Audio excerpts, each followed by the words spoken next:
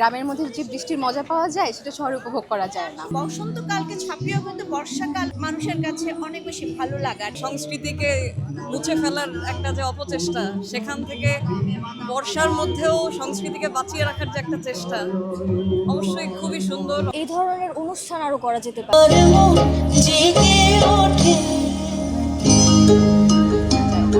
গ্রামের মধ্যে যে বৃষ্টির মজা পাওয়া যায় সেটা শহরে উপভোগ করা যায় না। তো আমরা কি করি, এই যে বর্ষার মাধ্যমে এটা হচ্ছে একভাবে এই সিজনটাকে হচ্ছে এনজয় করা।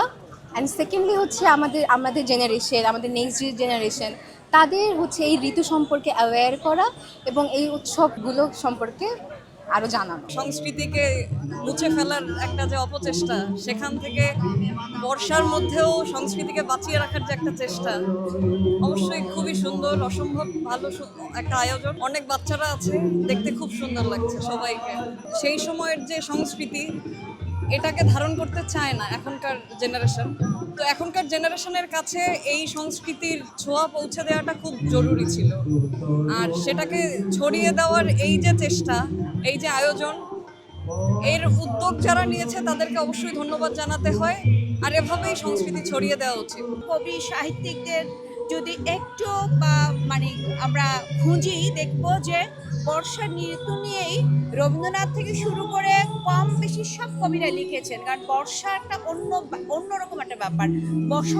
বসন্তকালকে ছাপিয়েও কিন্তু বর্ষাকাল অনেক বেশি মানুষের কাছে অনেক বেশি ভালো লাগার। সবচেয়ে বড় কথা হচ্ছে এটা আমাদের দেশের একটা কৃষ্টি, একটা কালচার। এই যে আমরা বাংলাদেশি, তাদের যে কালচারগুলোকে ধরে রাখা, অর্থাৎ বর্ষাকে উদযাপন করা প্রতিটি ঋতুকেই আমরা এভাবে উদযাপন করতে পারি। তার মধ্যে বর্ষা আর বসন্ত তো একটা বিশেষ ব্যাপার। এই ধরনের অনুষ্ঠান আরো করা যেতে পারে। তারপর এগুলোর প্রচার অবশ্যই করা লাগবে। প্রচার ছাড়া তো আসলে কেউ জানবে না। তো আমাদের উচিত, যারা অভিভাবক আছে তাদের সবাই তাদের বাচ্চাদেরকে নিয়ে অন্তত একদিন আসা, তাদেরকে সময় দেওয়া, তাদের এখানে অন্তত দেখানো যে আমাদের কালচারটা কীরকম, মানে আমাদের যে সৌন্দর্য, মানে বৃষ্টির সাথে বর্ষার সাথে যে বাঙালির যে মানে একটা সম্পর্ক আছে সেটা কত সুন্দর।